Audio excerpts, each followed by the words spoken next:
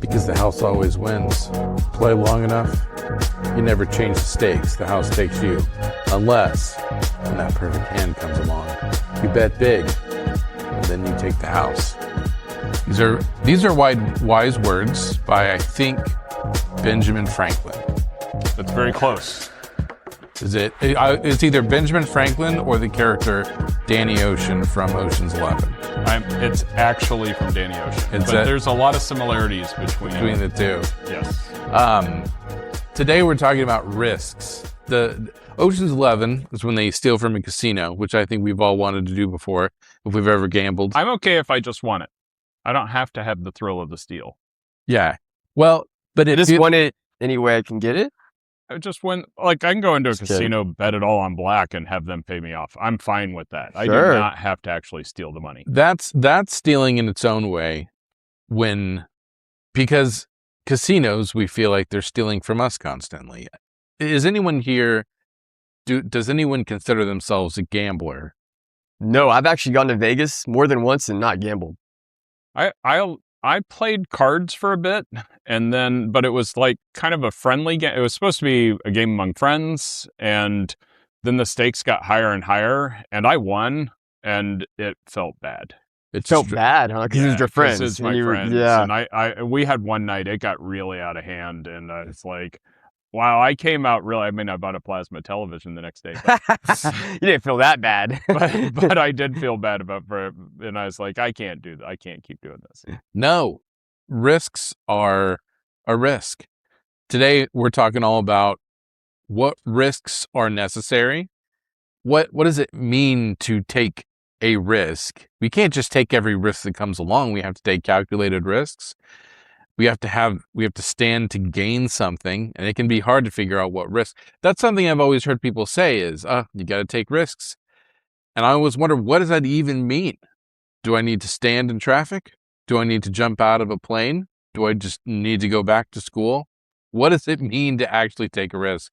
So we're going to talk about our most beneficial risks that we've taken, and maybe ones that we think that we need to take.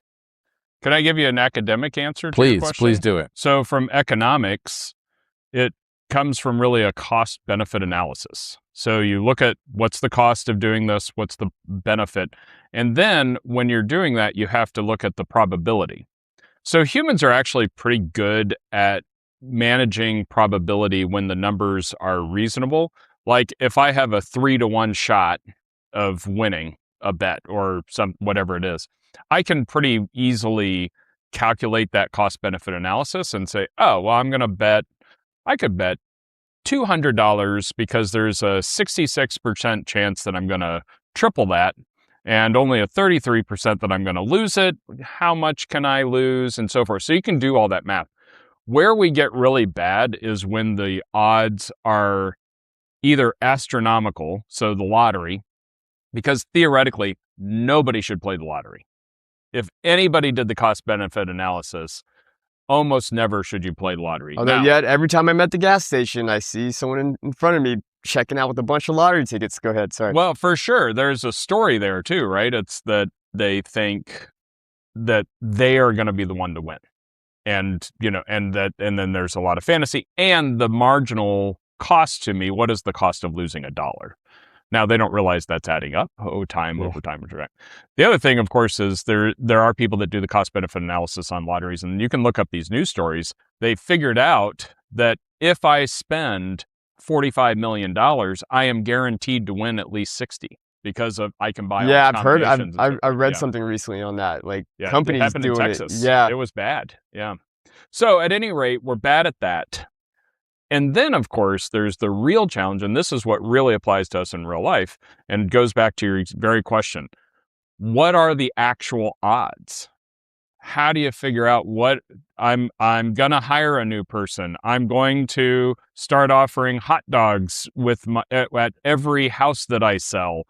What's the benefit? I can maybe figure out the benefit. I can maybe figure out the cost, but what's the actual odds that it's going to make a difference? Right. To your point, and I'm tempted not to get into this because I don't want to be polarizing, but To your point about buying lottery tickets, it is seductive because someone will win it. And you can see someone winning it, as opposed to someone saying, well, the chances of a condor flying through the window of your office, that's pretty low. And you think, well, I've never seen a condor fly through my office, so I'm not going to bet on that happening. But when you see people win the lottery, you go, well, that did happen to someone. And I think it's really easy for us to look at people who have made astronomical amounts of money based on luck and say, well, look, that happened to someone, and then forget all of the luck and probability and hard work, but connections and networking that actually all had to culminate for that one person to make so much money. We like to, as humans, fantasize.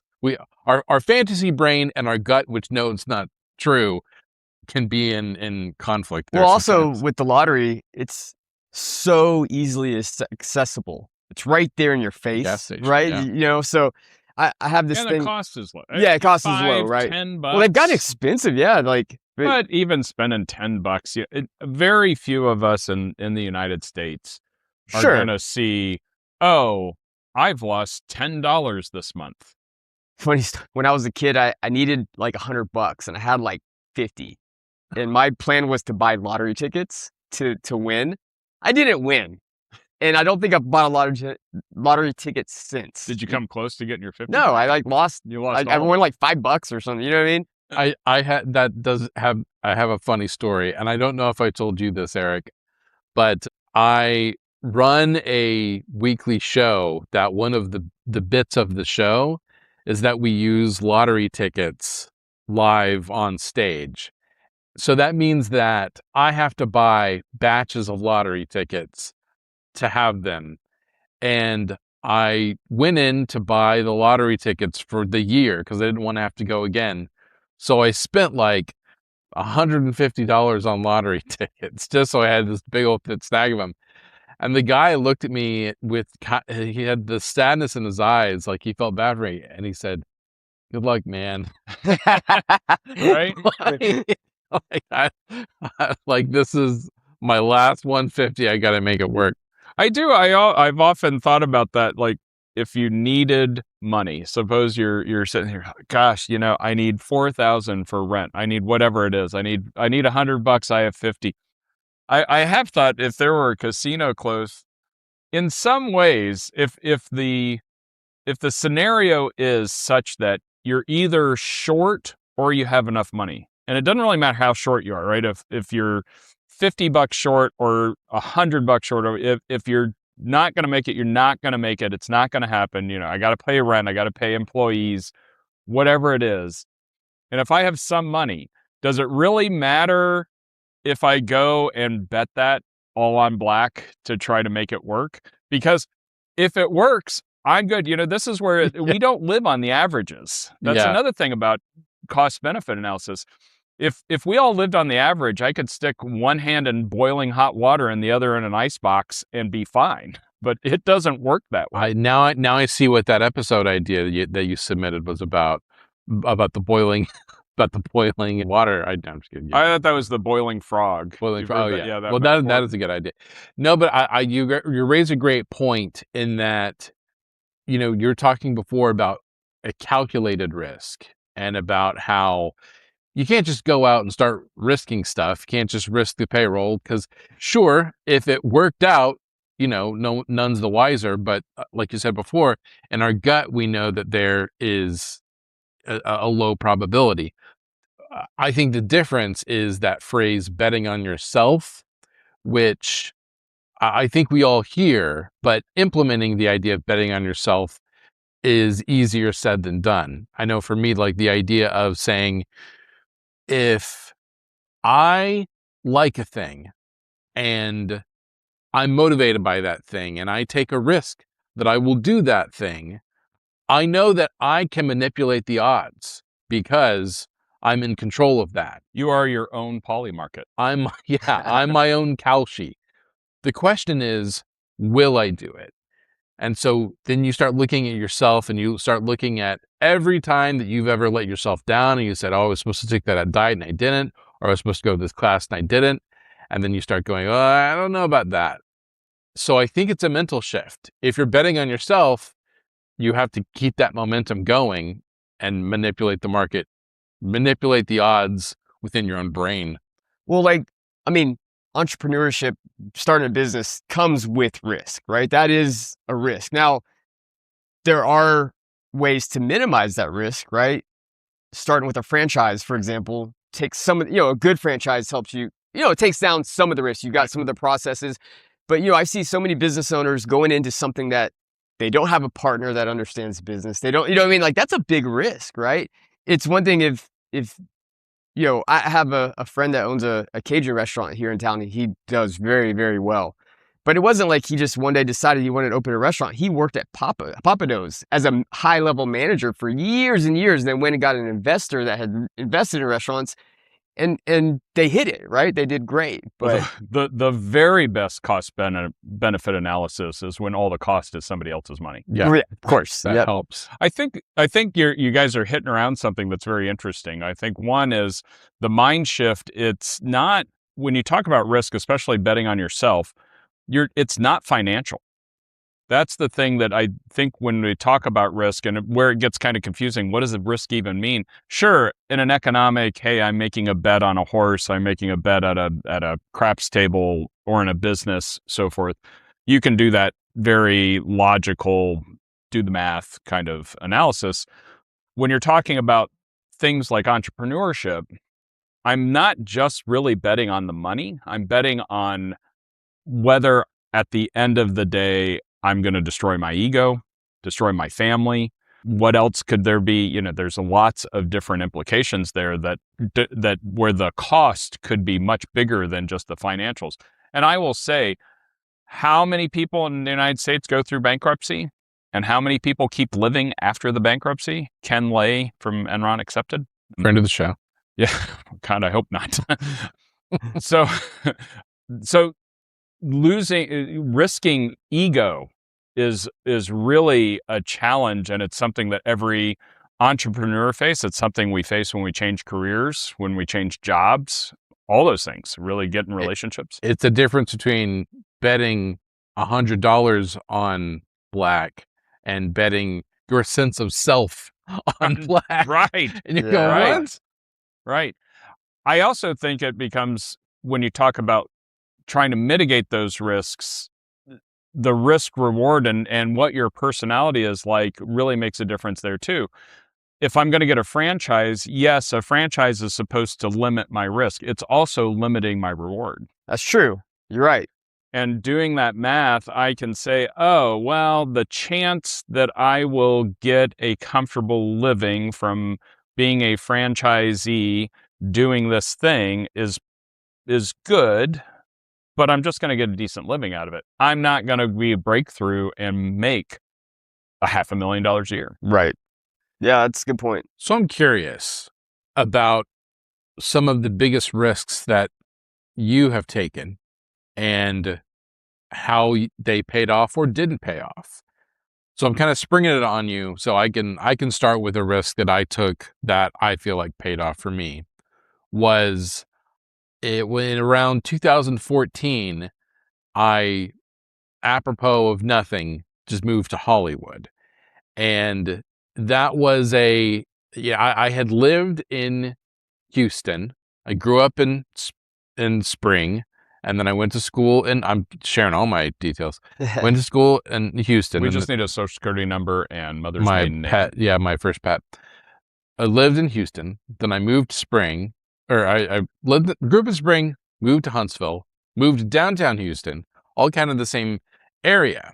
And I needed a complete, I felt like I was stuck, and I needed a complete change of scenery. What age was this? Early 20s, 23, 24. And I had researched, and I found someone that I knew through a friend of a friend that had a room. And so I had sent the person a deposit, and I was excited, and I had made arrangements with my job to leave, and I was not renewing my lease, and so everything was lining up. And then I think it was the week that my flight was. The person called me and he said, "Oh, we don't actually have the space anymore, so we'll send you your deposit back."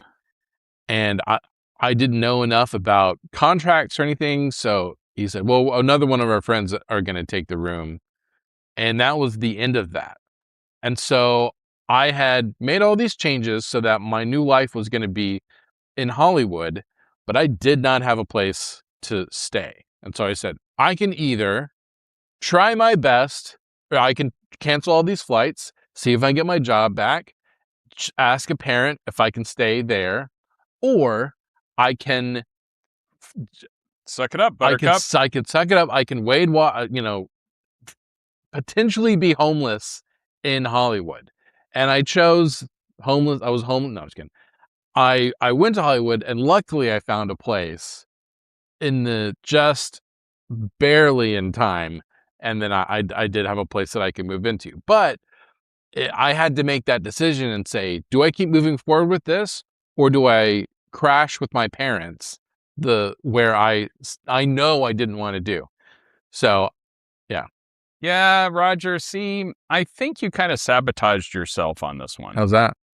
Every really good go to Hollywood story starts with, I bought a one-way ticket with my last dime on a bus to Hollywood. Oh, it was the plane, you think? You had a plane, Yeah. you had a plan to come back, you could, parents, you could have been much better. You could have been Matt Damon.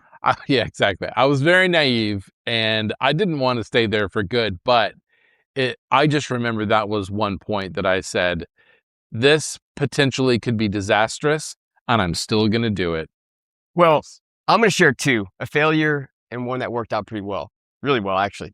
So the first one, like Roger, I didn't have a plane ticket. I packed up my truck. I didn't even have a place to stay. And I moved out to California because I wanted to surf. And I don't know, California was calling me. And my girlfriend was going with me. And you got the whole beach. What difference did it make? Yeah, well, girlfriend and I broke up like a month after we got out there. Didn't know, and she had grew up there. So she had a huge network of friends. I knew nobody. I lived there for a few years. I can tell you what real depression is like. Because, I just wasn't it was hard, you know what I mean? So I ended up coming back. So that was, I took a risk. It didn't work out. I did learn some things from it, right? I learned how to surf really well. But another risk that I took was coming here to Indoor Media.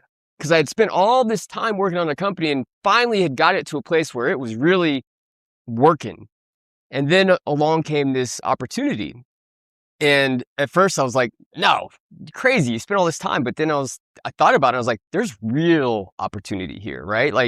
Indoor Media has a ton of customers nationwide. There's just a lot that could happen. So I took that risk and here we are. And I would say that was definitely a risk I'm glad I took. I think I've been terrible about analyzing risk my whole life. I think when I made decisions, have you guys heard of Myers-Briggs? Yeah. INTJ or EFSP or whatever. So, and that's been basically proven just to be tribalism, and it's all a bunch of BS. But one of the aspects that I really resonated with was intuition. If I feel it, whatever it takes for me to get to the point where I feel like it's right, I just believe it's right and it's going to work. So I never looked at any of my quote risks, my changes as a risk. When I started Click and Create, I thought, oh, well, this is going to be huge. There was no risk because it's going to work. How is this a risk? Sounds like a young man's point of view. All right, but even as I got older and I left Halliburton, I got fired from Halliburton, actually. I didn't panic. I was like, okay, well, I'll go do that. And I've always kind of believed in myself and going forward. And it's worked out tremendously well. Thank you, luck and fate and higher powers. So I think it's very interesting. So two things that I've kind of realized out of that is, one, looking back, the changes that I took so few times were as big a risk as I thought they were. So financially, And this is dumb blind luck too, being a Gen X, where I've had really good economy behind me when I've made transitions and so forth. So when I had to make a transition, I could. And it wasn't like I made a transition into unemployment. So that it was huge blessing. But from an ego standpoint, yeah, it just didn't really cost me that much. I think the other thing for me, all those changes, whenever I made a change, it really goes back to one of my favorite sayings, which is luck is when preparation meets opportunity. And I think going back, bring it all the way back to Ocean's 11, there was nothing in Ocean's 11 that wasn't planned. I mean, it was a risk. Right. Things could have fallen along the way, and they built tension into which made it a fun movie to watch. But everything was planned. They had contingency plans. They had backup plans. When something went wrong, they improvised and moved forward, but then they fell back into their pattern and had a contingency for that. I think with thorough planning, that then goes to, actually, I will say so that first quote is one of my favorite quotes. Probably my favorite quote is from Dwight Eisenhower, who said, "Plans are worthless. Planning is everything." I like that. Yeah, I was about to say that is a great point, because plans never go according to plan. But so taking risks is about calculating variables. You won't be able to see all the variables if you don't at least try to plan and say, let's look at everything. What are the variables? You really do need to look at every different possibility, so that when you do make that risk, you are doing it from an informed place, so you can trust your gut. Otherwise, you can't trust your gut. So before we close out here, I want to flip this upside down and not talk about taking risk, but do we take enough risk, right? Like, sometimes we don't take enough risk in life, right? We pass on opportunities. And I'm the sports guy, so I'm going to, look at my local football team, the Houston Texans. I've seen this happen. I thought it'd be the Dynamos. No. No. Yeah, that's right. But the Houston Texans, we were good. We've been good for a while, right? But during a period of time, like, I've seen them play it too safe. They get a big lead, and then all of a sudden, they take no risk. And they try to close the game out with just running the football, not doing anything, and they lose. I'm like, guys, that drives me absolutely nuts, when it's just like, you took risk and you got a big lead, and then all of a sudden you're just going to play it so safe, and you almost win the game. It comes down to like the last play and you lose. So I think it's okay. At the end of the day, it wouldn't be life if there weren't randomness and unexpected things happening. Sure. You're going to fail. You should fail. If you didn't fail, you didn't try. So I think the real sign that you're not taking enough risks is you don't have enough failure. I like that. I agree. And I'm going to say, because I prepared this quote for this episode, so I'm going to shoehorn it in right now with a jackhammer. Please. Do it. I think every business owner is a Danny Ocean. I think patience and conviction, living in the same person at the same time, is what can really make you successful. So you have to have patience for the right hand to come your way. And then you finally have to have conviction to bet big when it arrives. By and large, it's difficult to find both of those in the same person. So to your point, there's a lot of people that have a lot of conviction, and they never wait for the right hand to come along, and they're betting, and they never get ahead. There's a lot of people that just keep waiting for the hand, and it goes by them, and then they have to wait for the next hand, and it goes by them. So I think that's a great way to sort of think about really George Clooney, because otherwise you're just thinking, God, that guy's really attractive. That's what we were all doing this episode, right? Thinking about George Clooney. The entire time. I mean, he is a really attractive man. For sure. And listener, if you're listening to this, you took a risk. You said, is this episode going to be entertaining? And hopefully we delivered. I want to encourage you to go to indoormedia.com to learn about everything that we do to help local business owners mitigate risk. The risk of starting a business, the risk of not building loyalty with your neighborhood. And we've been doing it for 30 years. And don't forget, the cost to you is minimal. So the benefit is huge.